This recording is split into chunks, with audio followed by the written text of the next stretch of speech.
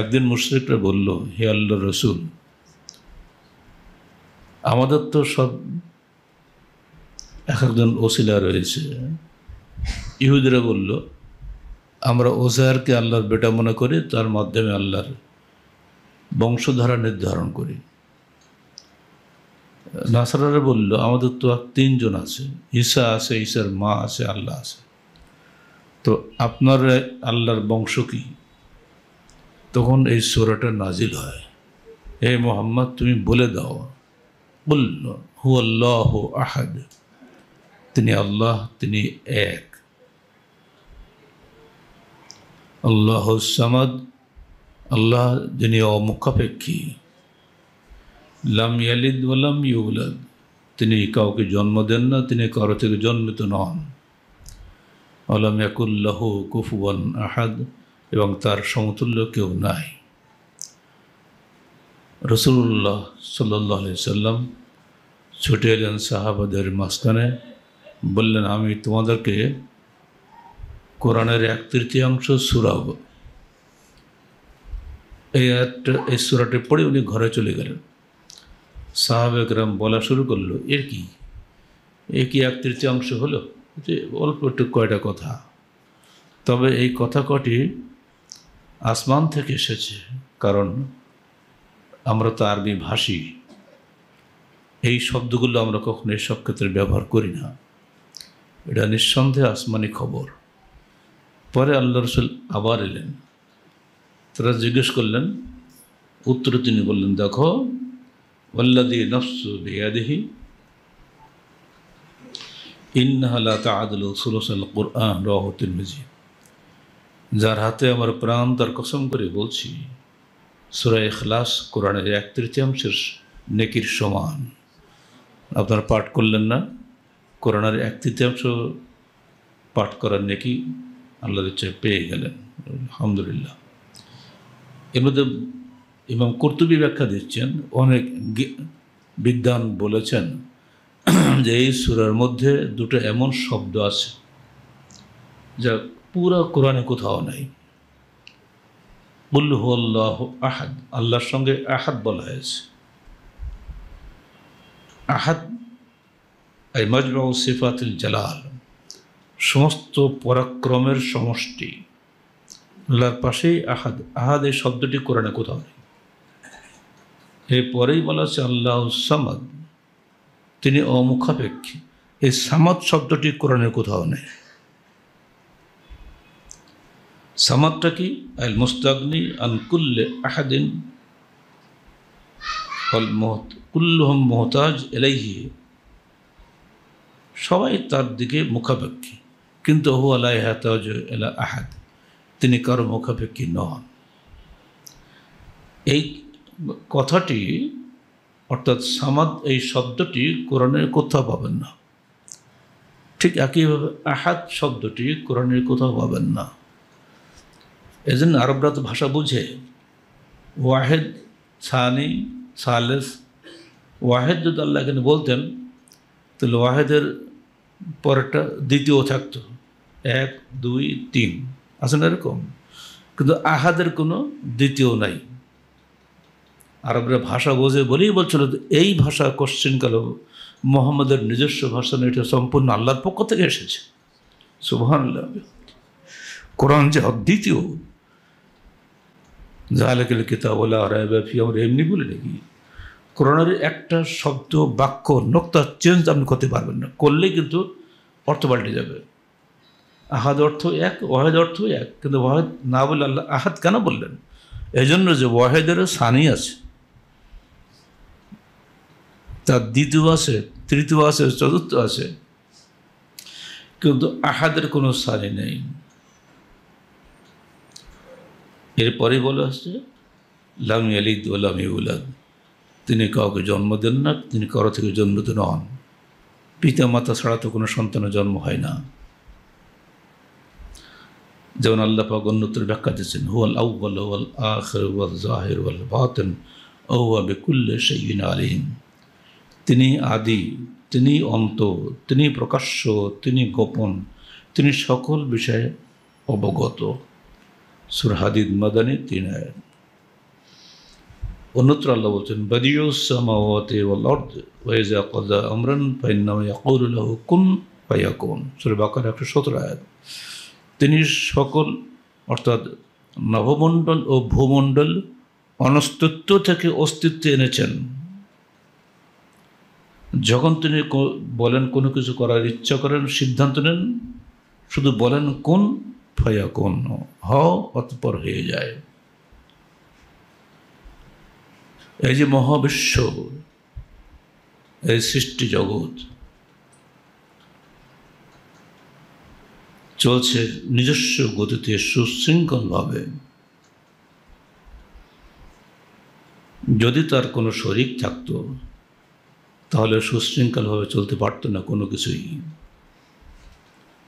এরপরে আল্লাহ বলছেন আলাম ইয়াকুল্লাহু কুফুয়ান আহাদ, তার সমতুল্য কিছুই নেই, কেউ নেই। অন্য আয়াতে আল্লাহ ব্যাখ্যা দিচ্ছেন লাইসা কামিসলিহি শাইউন ওয়া হুয়াস সামিউল বাসীর, সূরা মাক্কি 11 আয়াত। তার তুলনীয় কিছুই নেই, তিনি সব কিছু শোনেন এবং দেখেন। আমরা মুসলমান অথবা খ্রিস্টানদের কথা শোনেন। লন্ডনের ইম্পেরিয়াল কলেজের প্রফেসর উইলিয়াম প্রাণীর জগৎ কীভাবে শোনে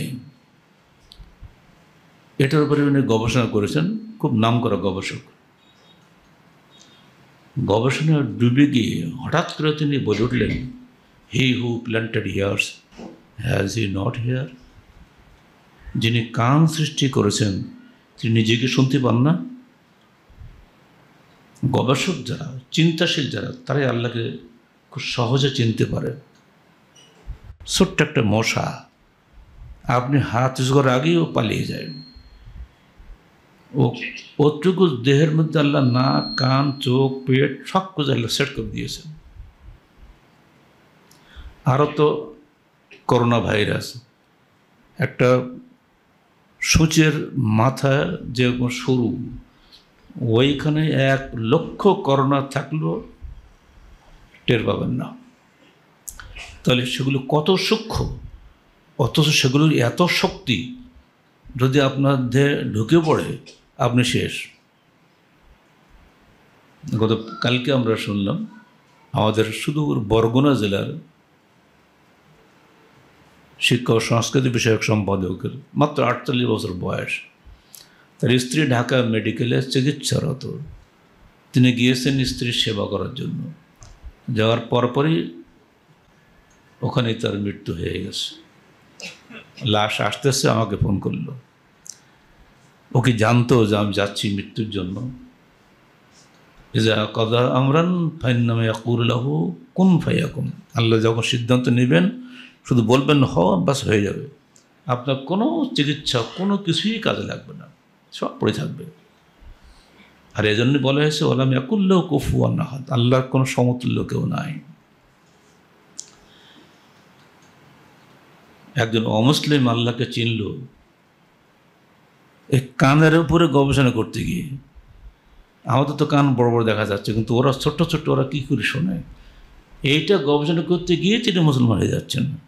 আর বাংলাদেশে সায়েন্টিস্ট বা গবেষক নাই মনে করেন নাকি? তারা তো আল্লাহকে খুঁজে পায় না।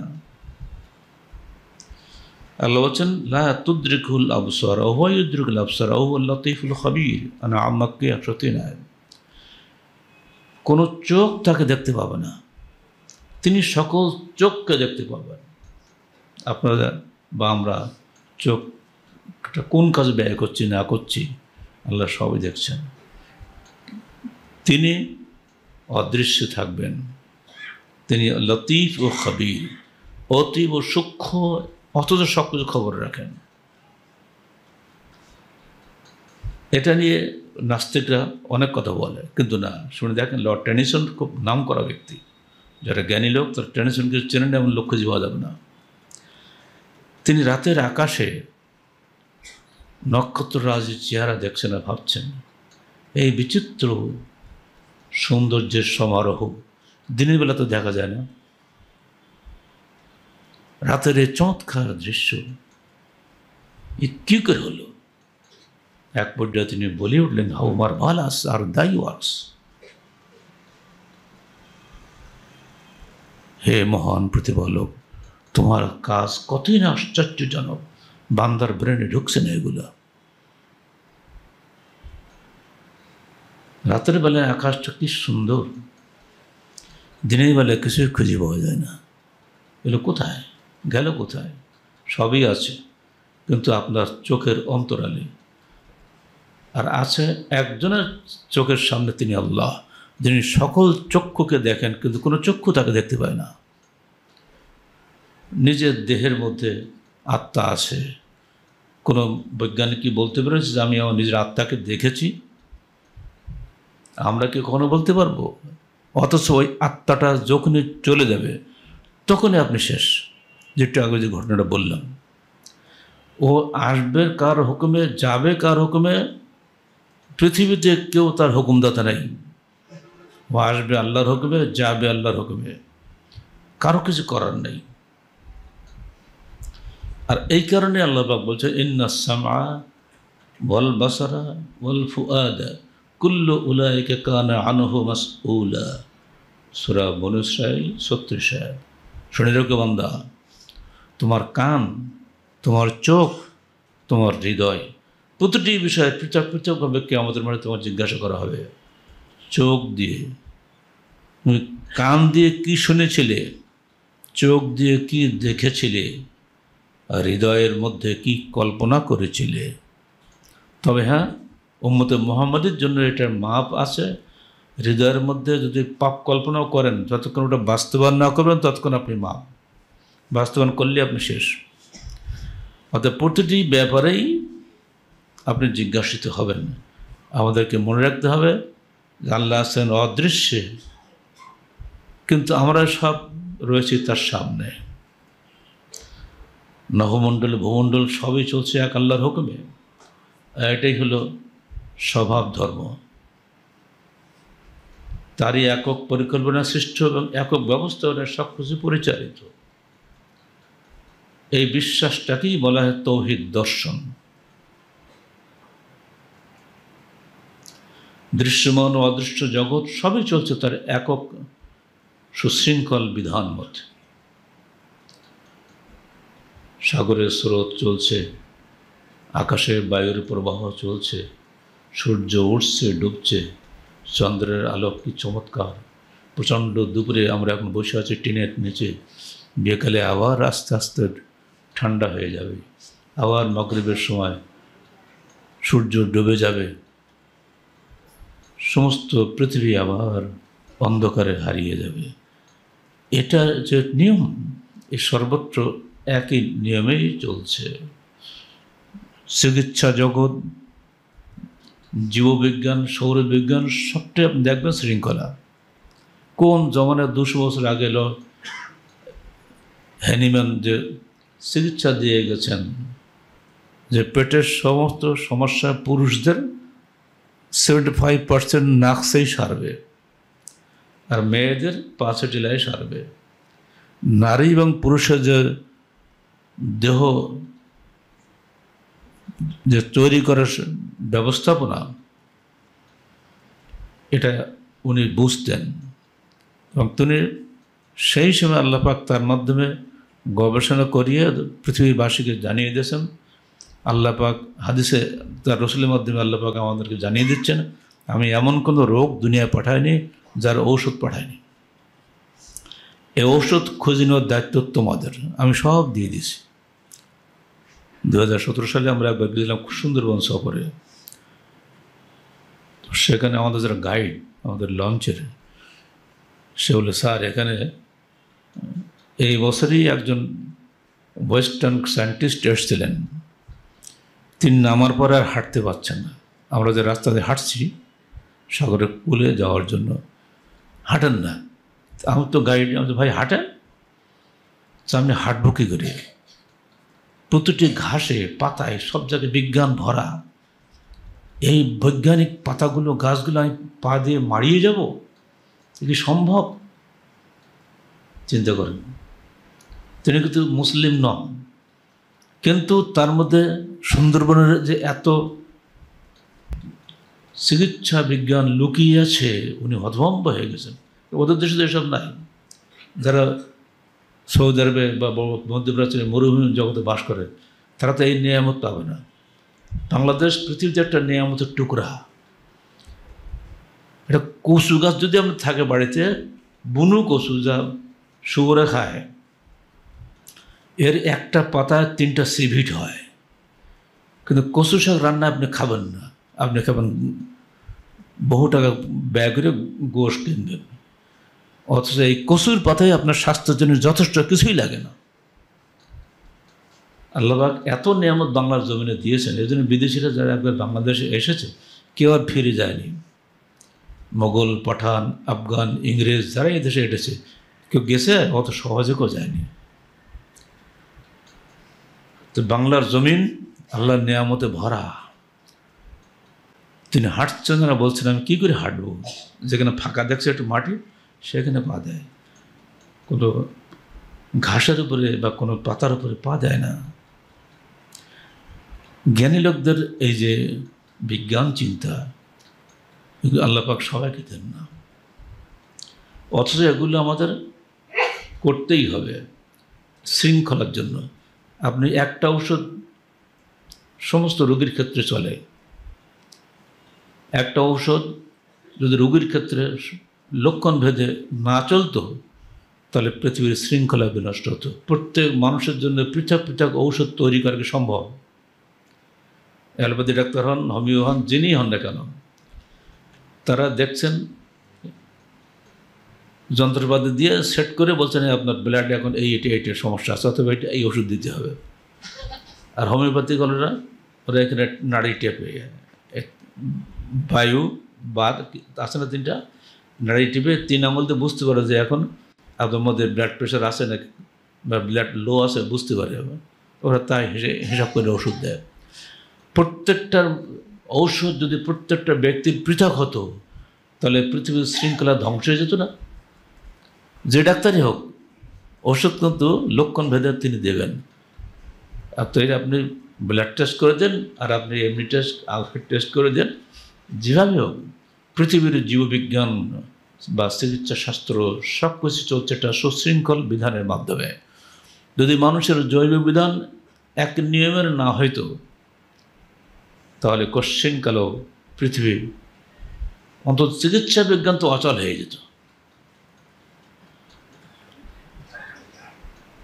আর এই দিকে খেয়াল করেই আল্লাহ পাক বলছেন লাউ কানা ফীহিমা আলিহাতান ইল্লাল্লাহ লাফাসাদাতা, আম্বিয়া মাক্কি 22। যদি এই নভমণ্ডলের ভূমণ্ডলের মধ্যে আল্লাহ ব্যতীত অন্য আরেকজন এলাহ থাকতো, অন্য কোনো উপাস্য থাকতো, তাহলে দুটাই ধ্বংস হয়ে যেত। কথা বাস্তব না? এই oneness of sovereign authority, it is called তৌহিদ, ফিলোসফি অফ তৌহিদ। সর্বত্র এক, সর্বত্র এক, তিনি হচ্ছেন আল্লাহ। আর এই জন্য আমরা বলি লা ইলাহা ইল্লাল্লাহ, আল্লাহ ছাড়া কোনো উপাস্য নাই। একজন মুশরিককে মুসলমান হওয়ার প্রথম শর্ত হচ্ছে তাকে কালেমা শাহাদাত পাঠ করতে হয়। এটা যদি সে বুঝে সুঝে পাঠ করে তাহলে সমস্যা নেই, না বুঝে পাঠ করার লোকের সংখ্যা এখন বেশি হয়ে গেছে। এই তৌহিদের বিপরীত দর্শন রয়েছে 3টা, যা তৌহিদের মুখোশ পরে তৌহিদকে ধ্বংসে নিয়োজিত। 1, ওসিলা দর্শন, কারণ ওসিলা ছাড়া আল্লাহকে পাওয়া যাবে না। 2, অদ্বৈতবাদী দর্শন, আল্লাহ এবং বান্দা একই।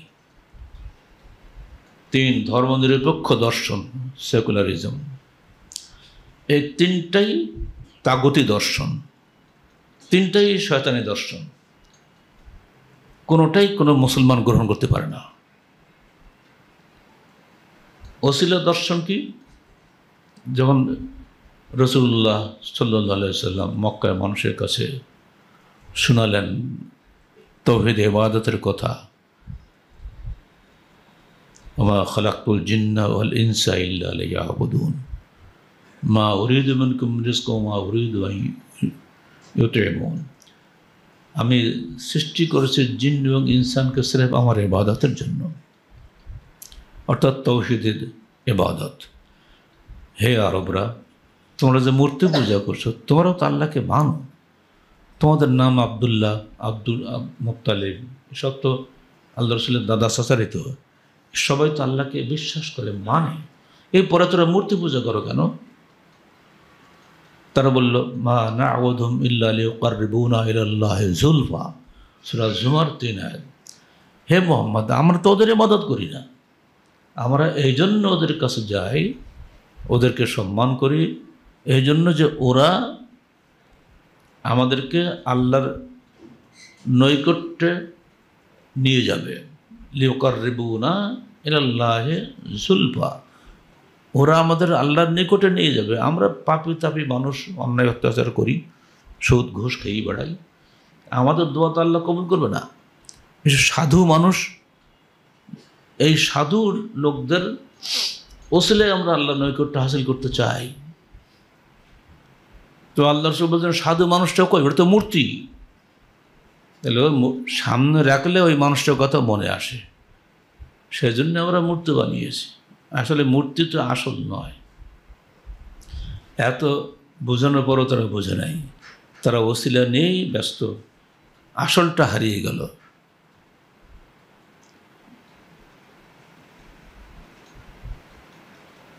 এই ওসিলাটা তাদের কাছে মুখ্য হওয়ার কারণে অদৃশ্য ইলাহের আনুগত্য তাদের কাছ থেকে হারিয়ে গেল। অথচ ইসলামের মূল দর্শন হচ্ছে তাজরিদুল ইবাদা লিল্লাহি ওয়াহদা, আল্লাহর ইবাদত হবে সির্ফ আল্লাহর জন্য, সেখানে কোনো ওসিলা প্রয়োজন নাই। ২ নম্বর দর্শন হচ্ছে অদ্বৈতবাদী দর্শন, যারা মনে করেন আল্লাহ ও বান্দা দুটোই সমান, বান্দা আল্লাহর সত্তার অংশ। আমরা যারা বাইরে আছি দুনিয়াতে, আমরা সবাই একই আল্লাহর সত্তা। যেমন সন্তান বাপের সত্তা মনে করা হয়, ঠিক আমরাও আল্লাহর সত্তা। আর সেজন্য তারা বলেন ফানাফিল্লাহ বাকাবিল্লাহ, মানুষের আত্মা আল্লাহর পরমাত্মার মধ্যে বিলীন হয়ে যায়। অতএব আল্লাহ আর বান্দার মধ্যে মৌলিকভাবে কোনো পার্থক্য নাই। তাদের এই আকীদা পুরা ভারতব্যাপী রয়েছে, মুসলমানদের মধ্যেও ঢুকে পড়েছে। এটা মূলত নিওপ্লাটনিজম আকারে ইরানে ছড়িয়ে পড়ে এবং ইসলামের মধ্যে প্রথম ঢোকায় জাহম বিন সফওয়ান, যাকে হত্যা করা হয় 128 হিজরিতে। এই লোকটাই প্রথম এটা নিয়ে প্রশ্ন তোলে। যুগে যুগে এমনি করে এক একজন বড় বড় আলেম বড় বড় শিরকের জন্ম দিয়ে গেছে, তাদের অনুসারী রয়ে গেছে আজ পর্যন্ত সর্বত্র। যারা কবর পূজা করছে তারা কারা? তারা দিনদার মানুষ না সব? সেখানে যারা বসে কবরে পাহারা দেয় তারা কারা? শত দিনদার মানুষ। প্রত্যেকটা মানুষের মধ্যে একটা দর্শন ঢুকিয়ে দেওয়া হয়েছে, কবরে যিনি শুয়ে আছেন তার ওসিলা ছাড়া তুমি মুক্তি পাবে না। এই ছোট্ট একটি কথার মাধ্যমেই আচ্ছা কবরের পূজা চলছে। কবরবাসীর ফ্যান লাগে না, কিন্তু যে দেখেন এইসব সমাধি সৌধে দিনরাত ফ্যান ঘুরছে, ওখানে কারেন্ট অফ হয় না। কবরবাসী কি জানে এখন গরমকাল না শীতকাল? ও তো মরা, তার কিছুই দেখতে পায় না। কিন্তু আপনি যে সেখানে সেজদা দিচ্ছেন, ওকে জানছে আমার কাছে কেউ সেজদা দিচ্ছে? কিন্তু না, আপনার ধারণা উনি খুশি হইলে আল্লাহ খুশি। এই যে ওসিলা দর্শন, এটা আরবদের মধ্যে ছিল, মুশরিক জগতে সর্বত্র আছে, খ্রিস্টান জগতে আছে, ইহুদি জগতে আছে, সারা পৃথিবীব্যাপী আছে। এই ওসিলা দর্শন মুসলমানদের মধ্যেও ঢুকে গেছে। বাংলাদেশের অধিকাংশ মুসলমান এই ওসিলা দর্শনের শিরকে লিপ্ত আছে। এমনকি যারা রাজনীতি করে তারা তো বলে ধর্ম করার মধ্যে থাকে না, অত দেখা যায় ইলেকশন যখন আসে এক একজন এক এক কবরে যেই সেজদা করে, সেজদা না করলে যেই ফাতেহা পাঠ করে না, ওইখান থেকে শুরু করা ইলেকশন ক্যাম্পেইন মনে করে ওনার দোয়া নিয়ে এসেছি, ইলেকশন আমি জিতে যাব। আর সবাইকে যেতে, একজন তো হারবেই, খেলা হচ্ছে, খেলার মধ্যে হার জিত থাকবেই।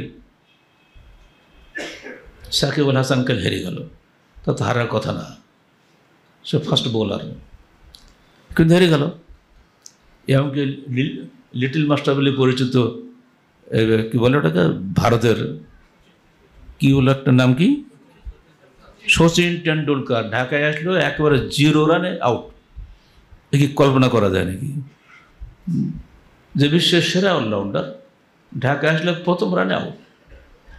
এই বাংলাদেশের ছোটো ছেলেমেয়ের কাছে সচিন টেন্ডুলকার আউট হয়, তার মানে কি আমাদের ছেলেরা সচিন টেন্ডুলকার চাইতে বড় খেলোয়াড় নাকি? বোঝা গেল ও আল্লাহর হুকুম হয়নি, ও গেছে। কোন ফাইয়া কোন হুকুম তো ওখান থেকে আসে। তাকে যে প্রতিভা বা মেধা আল্লাহ দিয়েছিলেন, এই মেধা যে কোনো সময় তিনি ছিনিয়ে নিতে পারেন। তো প্রমাণ হচ্ছে এগুলোই, খেলার ক্ষেত্রে যেমন, রাজনৈতিক ক্ষেত্রেও তেমন, কর্মজগতেও তেমন। পরীক্ষার হলে পরীক্ষা দিয়ে সবচেয়ে ভালো পরীক্ষা আপনি দিয়েছেন, আচ্ছা আপনি দেখছেন শেষের রেজাল্ট 0, অত ফেল হয়ে গেলেন। কী কারণে যে কী হবে আপনি কিছু বলতে পারবেন না। এমনকি আমাদেরই মার্কাজে এক ছাত্র একদিন সকালে হাঁটছি আমি, বলতে স্যার আমি তো ম্যাথমেটিক্স বুঝিই না, এবং আমিও এত কষ্ট লাগে, তো খাতা আসলে আমি একটু সই নিই ওঠে ওইভাবে আমন্ত্রণ ঘেঁচা মজা দিয়ে দিয়েছি, আমি আসলে তো বুঝি না, তো কী লিখবো, অথচ আমি প্লাস পেয়ে গেছি। স্যার কী করি বললাম, তোমার তোক দিয়ে তোমার পাওয়া গেছে। কথা বলছেন আমাদের মার্কাজের ছাত্র, এখন সে কোথায় জানেন? আরে বাপরা, তুরস্কে চলে গেছে। তো না লিখেও এদেশে A+ পাওয়া যায়, আবার ভালো লিখেও ফেল করে। এসব জায়গায় যদি সে কেউ তকদির না মানে, তো আত্মহত্যা করে মরবে। প্রায় দেখেন আজকাল আত্মহত্যা হচ্ছে, এসব কারণেই হচ্ছে, কারণ এরা তকদির বিশ্বাস করে না, অথবা বিশ্বাস এটা মেনে নিতে পারে না। এরকম অনেক ভালো ভালো ছেলে আমাদের পরিচয় আছে, যারা আসলেই ভালো ছেলে, কিন্তু রেজাল্ট হয়ে গেছে খারাপ। আর অনেক খারাপ ছেলে আছে, অথচ রেজাল্ট হয়েছে ভালো। মাত্র 1 নম্বরের জন্য যখন সাবেক রাষ্ট্রপতির তত্ত্বাবধায়ক সরকারের আমলে যিনি ছিলেন প্রধান, তার বইতে আমি পড়লাম কারাগারে বসে, তো লিখছেন মাত্র 1টা নম্বরের জন্য আমি এমএতে ফার্স্ট ক্লাস পাইনি। তো আমার আব্বার সঙ্গে তৎকালীন শিক্ষামন্ত্রীর খুব সম্পর্ক ভালো ছিল যশোরে। তো শিক্ষামন্ত্রী আমার আব্বার বাসায় গেলে আব্বা বললেন, দেখুন তো ভাই, এই খোকা মাত্র 1টা নম্বরের জন্য এমএ পাস করতে পারেনি, বলে এমএতে ফার্স্ট ক্লাস পায়নি, কী করা যায়? তখন উনি বললেন, ওকে ধৈর্য ধারণ করতে বলেন, হয়তো আল্লাহ পাক ওই 1টা নম্বরের ফেল করিয়ে বড় কোনো পুরস্কার তাকে দিবেন। ঠিক সেটাই হলো, দেখা গেলো তখন বাপও বেঁচে নেই, ওই মন্ত্রীও বেঁচে নেই, কিন্তু ওই ছেলে পরবর্তীকালে, দ্যাট ইজ লতিফুর রহমান, পরবর্তীকালে তিনি হয়ে গেলেন বাংলাদেশের তত্ত্বাবধায়ক সরকারের প্রধান। সে যা বলছে তাই হয় না। তকদিরে কার আল্লাহ কি লিখে রেখেছেন সেটা আপনিও জানেন না, আমিও জানি না। অতএব তকদির বিশ্বাস মুসলমানদের একটা নতুন দৃঢ় বিশ্বাস না, 6টা বিশ্বাসের মধ্যে একটা কি, ওয়াল কদরে খায়রিহি ওয়া শাররিহি মিনাল্লাহি তাআলা। তকদিরের ভালো মন্দ যা আল্লাহর পক্ষ থেকে নির্ধারিত হয়, এর উপরে আমি বিশ্বাস তখন করিলাম। এইটা যদি না বলে কেউ, সাথে মুসলমান হতে পারে না। ইমানের 6টা স্তম্ভের মধ্যে একটা এটা।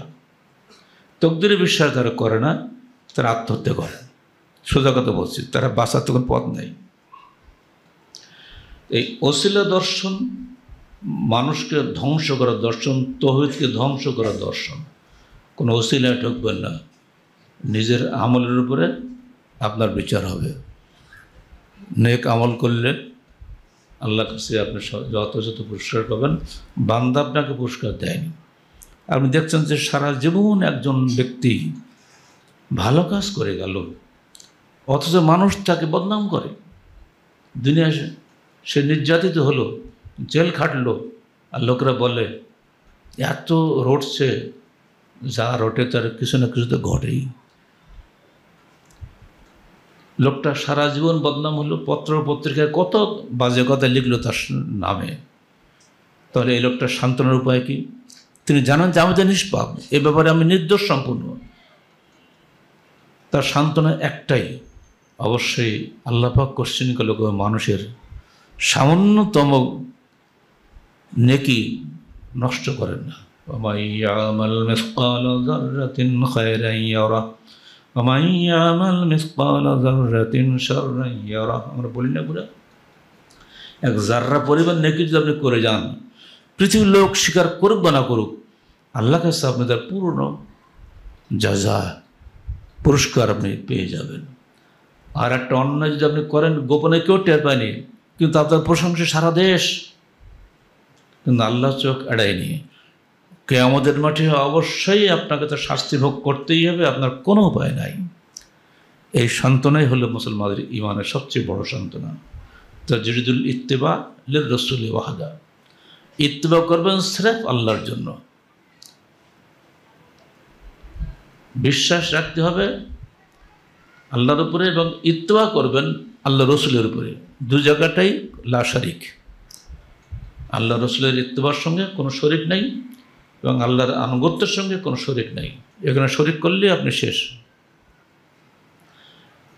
2 নম্বরে যে অদ্বৈতবাদী দর্শন ফানাফিল্লা বাকাবিল্লা, এতে চলছে বাংলাদেশে 2,98,000 পীর, এখন তো পীর বাড়তেই আছে। এতে 81 সরকারি হিসাবে এটা এখন কত বাড়ছে আল্লাহ জানে।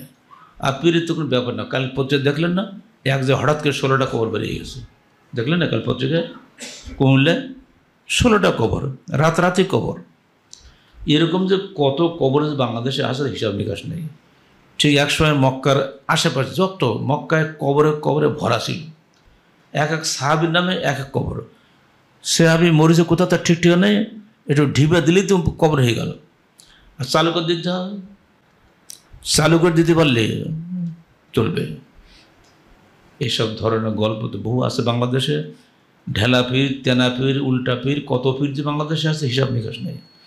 এ সবগুলো ভুয়া। কোনো মরা মানুষের ক্ষমতা নেই জীবন্ত মানুষের কোনো উপকার করার। এটি সহজ বিশ্বাস করলে তো কিছুই লাগে না। এরপরে আদৌ কোনো কবর আছে তার ঠিক ঠিকানা নেই।